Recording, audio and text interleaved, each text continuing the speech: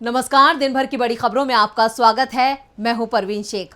आज इस बुलेटिन में बात होगी बीजेपी नेता पर कांग्रेस के बड़े एक्शन की, अडानी मुद्दे पर राहुल के वार की, बात करेंगे राहुल गांधी पर संघ के बड़े एक्शन की, योगी के मंत्री से सवाल पूछने पर हुई पुलिस कार्रवाई की, जानेंगे किसानों के पैदल मार्च से क्यों बैकफुट पर आई बीजेपी शिंदे सरकार, कैसे कर्नाटक में बीजेपी को सुप्रीम कोर्ट ने दिया झटका, और बुलेटिन के आखिर में बुजुर्गों पर रेलवे के बड़े कदम की। लेकिन तमाम बड़ी खबरों से पहले एक नजर सुर्खियों पर।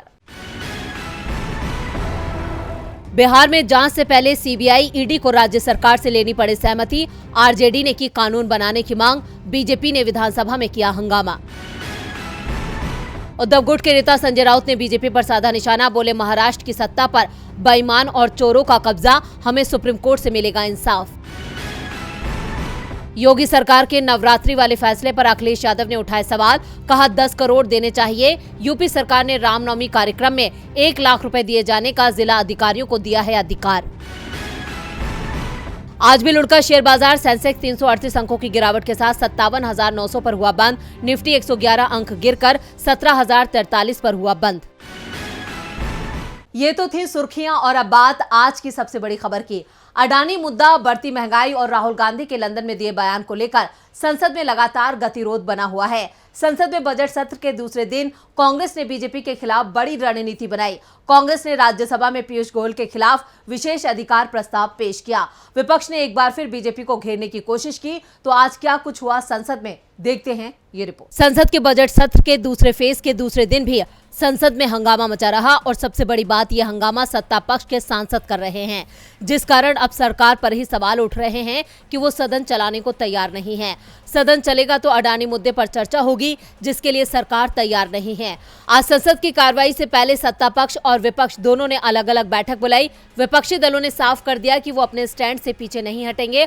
अडानी मुद्दे पर जेपीसी की मांग जायज है और उस पर वो अड़े रहेंगे। संसद की बैठक शुरू होते ही राज्यसभा में पीयूष गोयल ने फिर राहुल गांधी के बयान का मुद्दा उठाया तो कांग्रेस सांसद शक्ति सिंह गोहिल ने पीयूष गोयल के खिलाफ विशेष अधिकार का प्रस्ताव पेश कर दिया। गोहिल ने कहा कि राहुल गांधी राज्यसभा के सदस्य नहीं हैं, लोकसभा के हैं और दूसरे सदन के सदस्य पर सवाल उठाना विशेष अधिकार हनन का मामला बनता है। राज्यसभा में आप सांसद संजय सिंह ने अडानी हिंडनबर्ग मामले में चर्चा की मांग की। उन्होंने नियम 267 के तहत सस्पेंशन ऑफ बिजनेस नोटिस दिया है। लोकसभा में भी कांग्रेस सांसद मणिकम टैगोर ने इसी मामले में स्थगन प्रस्ताव का नोटिस दिया। मोदी सरकार को घेरते हुए लोकसभा में कांग्रेस के नेता अधीर रंजन चौधरी ने कहा कि सरकार खुद सदन नहीं चलाना चाहती। ऐसा नजारा कभी देखा है कि सरकार के मंत्रियों ने सदन को ठप करने के लिए हंगामा किया हो। राहुल गांधी माफी क्यों मांगेंगे? उन्होंने क्या गुनाह किया है? माफी तो इन लोगों को मांगनी चाहिए। इस बीच ये भी संकेत मिल रहे हैं कि 15 मार्च को लोकसभा की कार्रवाई में कांग्रेस सांसद राहुल गांधी भी हिस्सा लेंगे। संसद में चल रहे हंगामे को लेकर कांग्रेस सांसद जयराम रमेश ने कहा कि विपक्ष की मांग जायज है। पूरा विपक्ष केवल पीएम से जुड़े अडानी मामले में जेपीसी बनाने की मांग कर रहा है। मोदी सरकार के लगातार इनकार के कारण संसद में गतिरोध बना हुआ है। ये एकमात्र मुद्दा है। बाकी जिस भी बात पर हंगामा हो रहा है वो पीएम और उनके सहयोगियों की ओर से ध्यान भटकाने के लिए किया जा रहा है। साफ है, अडानी मामले पर फंसी सरकार विपक्ष के सवालों से बचने के लिए संसद ही नहीं चलने दे रही है। संसद में आज भी बीजेपी ने मुद्दों से भटकाने की कोशिश की तो वहीं राहुल गांधी ने एक बार फिर ये बता दिया कि वो अडानी मुद्दे पर मोदी सरकार को बख्शने के मूड में नहीं है। बीजेपी राहुल गांधी के लंदन में दिए बयान को लेकर कांग्रेस पर हमलावर है तो राहुल गांधी ने एक बार फिर मोदी सरकार को अडानी मुद्दे पर घेर लिया है। तो अब क्या कह गए राहुल गांधी, देखते हैं ये रिपोर्ट। राहुल गांधी लंबे वक्त से अडानी मामले को लेकर सवाल खड़े करते रहे हैं, लेकिन उनके सवालों के जवाब से मोदी सरकार बचती नजर आती है। 24 जनवरी को आई हिंडनबर्ग रिपोर्ट ने राहुल के सवालों को और ज्यादा बल दिया है। उसके बाद भी पीएम मोदी ने उन सवालों पर एक शब्द नहीं कहा है। आज राहुल गांधी ने संसद में उठाए अपने सवालों को एक बार फिर दोहराया है। राहुल ने कहा कि पीएम मोदी क्यों नहीं बताते कि उनके और अडानी के बीच क्या रिश्ता है, क्यों देश की संपत्ति एक आदमी के नाम की जा रही है। उन्होंने अपने ट्विटर हैंडल पर इन सवालों का वीडियो शेयर करके लिखा है, पीएम का विदेश जाना और वहां अडानी को नए बिजनेस डील मिलना कोई सहयोग नहीं है।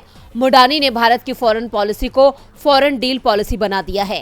कांग्रेस और राहुल गांधी के इन्हीं सवालों से बचने के लिए संसद के दोनों सदनों में सत्ता पक्ष गैर वाजिब मुद्दे उठाकर लोगों का ध्यान भटकाने की कोशिश कर रहा है। संसद के बजट सत्र के दूसरे दिन भी लंदन में दिए गए राहुल के बयान पर सत्ता पक्ष ने जमकर हंगामा मचाया है। केंद्रीय मंत्री अनुराग ठाकुर ने आज राहुल गांधी पर निशाना साधा। ठाकुर ने कहा कि लोकसभा में कांग्रेस सांसद की मौजूदगी सांसदों की औसत उपस्थिति से भी कम है और वो विदेशों में जाकर कहते हैं कि उन्हें बोलने नहीं दिया जाता। ये देश का अपमान है। उन्हें संसद में आकर माफी मांगनी चाहिए। वहीं कांग्रेस सांसद और लोकसभा में पार्टी के नेता अधीर रंजन चौधरी ने कहा कि सरकार संसद नहीं चलाना चाहती। क्या कभी ऐसा देखा गया है कि सत्ताधारी दल के सभी सदस्य संसद को रोकने के लिए हंगामा करते हों? राहुल गांधी को माफी क्यों मांगनी चाहिए? इसके बजाय केंद्र को माफी मांगनी चाहिए। राहुल गांधी बीजेपी के आगे झुकने वाले नहीं हैं। इधर संघ ने राहुल गांधी को एक बड़ी नसीहत दे डाली है। आरएसएस की 3 दिवसीय बैठक पानीपत में आज खत्म हो गई। लोकसभा चुनावों से पहले संघ की यह आखिरी बड़ी बैठक थी, इसलिए सभी की नजरें इस पर टिकी हुई थी। तो क्या रहा बैठक में खास, देखते हैं इस रिपोर्ट। पानीपत में आरएसएस की अखिल भारतीय प्रतिनिधि सभा की 3 दिनों की बैठक आज समाप्त हो गई। बीजेपी अध्यक्ष जेपी नड्डा तीनों ही बैठक में शामिल हुए, लेकिन संघ की ओर से सफाई दी जा रही है कि बैठक में चुनावों को लेकर कोई चर्चा नहीं हुई। जेपी नड्डा और हरियाणा के सीएम मनोहर लाल खट्टर का बैठक में आना चौंकाने वाला नहीं है। संघ की बैठक में पहले भी बीजेपी नेता शामिल होते रहे हैं। दरअसल अगले साल की शुरुआत में लोकसभा चुनाव होने हैं और चुनाव से पहले संघ की ये आखिरी बड़ी बैठक थी। ऐसे में दावा किया जा रहा था कि बैठक में चुनावी चर्चा जरूर होगी। बैठक के अंतिम दिन मीडिया के सामने आए आरएसएस के सर कार्यवाहक दत्तात्रेय होसबोले ने देश भर में लगने वाली संघ की शाखाओं के बारे में जानकारी दी, लेकिन साफ कर दिया कि हमारा राजनीति से कोई मतलब नहीं है। लेकिन राहुल गांधी को लेकर उन्होंने जरूर अपने विचार रख दिए। राहुल गांधी की लंदन में दी गई स्पीच को लेकर हुए सवाल पर होसबोले ने कहा कि उन्हें अधिक जिम्मेदारी के साथ बोलना चाहिए। वो मुख्य विपक्षी पार्टी के बड़े नेता हैं। राहुल गांधी का अपना पॉलिटिकल एजेंडा है। आरएसएस इस पर टिप्पणी नहीं करना चाहता। राहुल गांधी का मुकाबला आरएसएस से नहीं है और न ही संघ राजनीति में है। संघ के सर कार्यवाहक के बयान से साफ है कि वो राहुल पर टिप्पणी करने की कोशिश से बच रहे हैं। इससे पहले भी संघ की ओर से राहुल पर कोई सख्त टिप्पणी करने से परहेज किया गया है। दूसरी ओर राहुल गांधी लगातार संघ और बीजेपी को अपने निशाने पर लिए हुए हैं। आरएसएस की बैठक में महिलाओं को लेकर बड़े फैसले की उम्मीद की जा रही थी, लेकिन इस पर कोई चर्चा नहीं हुई। संघ की नसीहत का राहुल गांधी पर क्या असर होता है ये तो वक्त बताएगा, लेकिन योगी राज में ईमानदार पत्रकारों का वक्त बुरा चल रहा है। उत्तर प्रदेश में संभल में एक पत्रकार को सीएम योगी के मंत्री से सवाल पूछना भारी पड़ गया। बीजेपी नेता की शिकायत पर पुलिस ने मुकदमा दर्ज कर पत्रकार को गिरफ्तार कर लिया। पत्रकार की गिरफ्तारी पर समाजवादी पार्टी ने बीजेपी सरकार पर निशाना साधा है। तो क्या है पूरी खबर, देखते हैं ये रिपोर्ट। यूपी के संभल जिले के चंदोसी में यूपी की माध्यमिक शिक्षा मंत्री गुलाब देवी के कार्यक्रम में 2 दिन पहले एक पत्रकार ने कुछ सवाल पूछे थे। इससे गुलाब देवी भड़क गई थी, जिसका वीडियो भी वायरल हुआ था। बाद में पुलिस ने पत्रकार संजय राणा को धारा 151 के तहत गिरफ्तार कर लिया था। हालांकि संजय राणा को चंदोसी उप जिला मजिस्ट्रेट की कोर्ट से जमानत मिल चुकी है। पत्रकार संजय राणा पर पुलिस ने यूपी मंत्री गुलाब देवी के सरकारी कार्यक्रम में व्यवधान डालने और बीजेपी नेता से धमकी देने के आरोप में चंदोसी कोतवाली में केस दर्ज किया है। इस बीच पत्रकार और मंत्री के बीच हुए सवाल जवाब का वीडियो सोशल मीडिया पर तेजी से वायरल हो गया। बताया जा रहा है कि बीजेपी युवा मोर्चा के जिला मंत्री शुभम राघव की शिकायत पर संजय राणा पर मुकदमा दर्ज किया गया। संजय राणा का कहना है, मैंने कोई गलत काम नहीं किया है। मंत्री ने पुलिस से कहा कि इस लड़के ने मुझसे क्यों सवाल जवाब किया। मैंने कोई गाली गलौज नहीं की। मेरे पास पूरा वीडियो है। मेरे ऊपर लगे सारे आरोप गलत हैं। संजय राणा की गिरफ्तारी पर समाजवादी पार्टी ने कहा कि बीजेपी सिर्फ चाटुकार पत्रकारिता चाहती है। समाजवादी पार्टी मीडिया सेल की तरफ से किए गए ट्वीट में कहा गया है, संभल में ग्राउंड रिपोर्टर संजय राणा ने बीजेपी सरकार में मंत्री गुलाब देवी से विकास के मुद्दे पर सवाल पूछे तो मंत्री महोदया ने पत्रकार को जेल में डलवा दिया।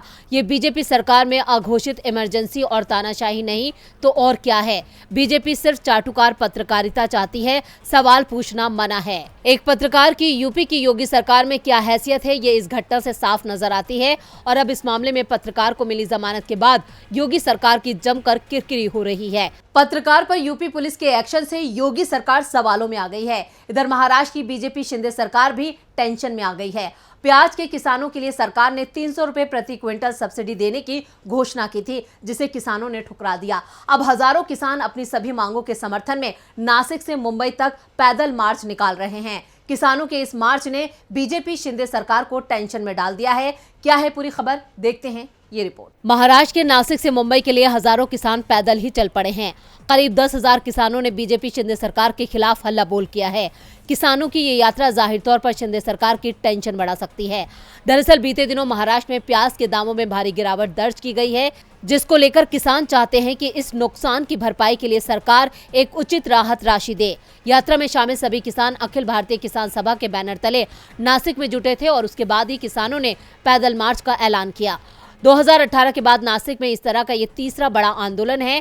हालांकि मुख्यमंत्री एकनाथ शिंदे और डिप्टी सीएम देवेंद्र फडणवीस ने आज किसान संगठनों के आयोजकों को बातचीत के लिए बुलाया था, जिसे किसान संगठनों ने नामंजूर कर दिया। अखिल भारतीय किसान सभा की महाराष्ट्र इकाई के महासचिव अजीत नवाले ने आरोप लगाया कि सरकार का इरादा किसानों को राहत देने का नहीं है। उन्होंने कहा, प्याज के दाम जब भी गिरे हैं वही पुरानी कहानी रही है। सरकार केवल आश्वासन दे रही है, हमें इंसाफ नहीं मिला है। किसान न्याय के लिए सरकार पर दबाव बनाते रहेंगे। हमारा मार्च उसी दिशा में एक कदम है। हम 20 मार्च तक मुंबई पहुंच जाएंगे। किसान संगठनों के साथ सरकार की बातचीत रविवार को 5 घंटे तक चली, जो बेनतीजा रही। इस बार किसानों ने आर पार की लड़ाई का मन बना लिया है। किसानों की मुख्य मांगों में प्याज उत्पादकों के लिए अगले सीजन से 600 रुपए प्रति क्विंटल की तत्काल सब्सिडी और 2,000 रुपए प्रति क्विंटल का MSP, किसानों के कर्ज को माफ करना, सभी कृषि उपज के लिए सही मजदूरी, बिजली बिल माफी, बेमौसम बारिश से फसल के नुकसान के लिए मुआवजा, वन भूमि अधिकार जैसी मांगे शामिल हैं। किसानों के इस हल्ला बोल से महाराष्ट्र के साथ साथ मोदी सरकार की धड़कनें भी तेज हैं। धड़कनें तो कर्नाटक की सत्ता पर काबिज बीजेपी की भी तेज हैं।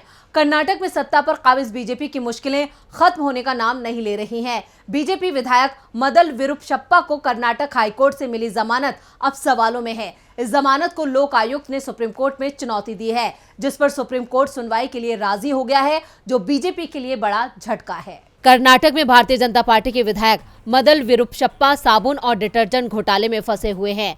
कर्नाटक हाईकोर्ट ने पिछले मंगलवार को मदल विरुपशप्पा को 5 लाख रुपए के बॉन्ड और मुचलके पर अंतरिम अग्रिम जमानत दी थी। इस फैसले को कर्नाटक लोकायुक्त ने सुप्रीम कोर्ट में चुनौती दी थी और अब सुप्रीम कोर्ट विधायक की जमानत के खिलाफ कर्नाटक लोकायुक्त की याचिका पर सुनवाई के लिए राजी हो गया है, जो बीजेपी के लिए बड़ा झटका है। मुख्य न्यायाधीश DY चंद्रचूड़ की अध्यक्षता वाली पीठ के सामने दाखिल याचिका को फौरन सूचीबद्ध करने का आग्रह किया गया था। वकील ने अनुरोध किया कि मामले को जल्द से जल्द सूचीबद्ध किया जाए, तो CJI ने कहा क्योंकि मुख्य न्यायाधीश की अदालत संविधान पीठ के मामले की सुनवाई कर रही है, इसलिए पीठ के लिए इसे सुनना संभव नहीं होगा। मुख्य न्यायाधीश चंद्रचूड़ ने कहा कि आप जस्टिस संजय किशन कौल की अध्यक्षता वाली बेंच के सामने इस मामले का उल्लेख कर सकते हैं। हम एक संविधान पीठ के मामले की सुनवाई कर रहे हैं, वरना हम इसे बोर्ड के अंत में ले लेते। वकील तुरंत न्यायमूर्ति कौल की अध्यक्षता वाली अदालत पहुंचे और याचिका को तत्काल सूचीबद्ध करने की मांग की। हालांकि न्यायमूर्ति कौल ने वकील से पूछा कि याचिका को सूचीबद्ध करने की क्या जरूरत है। वकील ने कहा कि आरोपी मौजूदा विधायक है और उसके पास से बड़ी मात्रा में धन जब्त किया गया है। न्यायमूर्ति कौल ने तब निर्देश दिया कि मामले को जल्द से जल्द सूचीबद्ध किया जाए और कहा कि उच्च न्यायालय ने पहले ही अपना दिमाग लगा दिया है। हालांकि न्यायमूर्ति कौल ने कहा कि ये जमानत रद्द करने का मामला है और इसे उचित समय पर सूचीबद्ध किया जाएगा। विधायक के बेटे को लोकायुक्त के अधिकारियों ने 40 लाख रुपए की रिश्वत लेते रंगे हाथों पकड़ा था। इसके बाद हुई छापेमारी में मदल परिवार के घर से 8 करोड़ 23 लाख रुपए नगद, भारी मात्रा में सोने और चांदी के गहने और जमीन में बड़े निवेश का पता चला था। कर्नाटक में इसी साल विधानसभा चुनाव है और ऐसे में बीजेपी का भ्रष्टाचार के मामले में फंसना उसके लिए बड़े नुकसान का संकेत है। और बुलेटिन के आखिर में बात सीनियर सिटीजन्स को मिलने वाली राहत की। भारतीय रेल वरिष्ठ नागरिकों की मांग को जल्द ही पूरा कर सकती है। संसदीय समिति ने इसको लेकर अपनी रिपोर्ट रेल मंत्रालय को सौंपी है और जल्द ही इस पर फैसला हो सकता है। तो क्या है बुजुर्गों की मांग, जिस पर संसदीय समिति ने भी लगा दी है अपनी मोहर? देखते हैं ये रिपोर्ट। रेलवे से सफर करने वाले वरिष्ठ नागरिकों को जल्द ही गुड न्यूज मिल सकती है। ट्रेन के टिकट पर सीनियर सिटीजन्स को मिलने वाली छूट को एक बार फिर से बहाल किया जा सकता है। इसके लिए संसदीय समिति ने सरकार से आग्रह किया है। बीजेपी सांसद राधा मोहन की अध्यक्षता वाली रेल मंत्रालय संबंधी संसद की स्थायी समिति की बैठक में इसे लेकर फैसला हुआ है। समिति ने ट्रेन में यात्रा के दौरान वरिष्ठ नागरिकों को दी जाने वाली छूट को बहाल करने को कहा है। संसदीय समिति की सिफारिशों को स्वीकार किया जाता है तो ट्रेन में स्लीपर और थर्ड AC क्लास में वरिष्ठ नागरिकों को रियायत मिलना शुरू हो सकती है।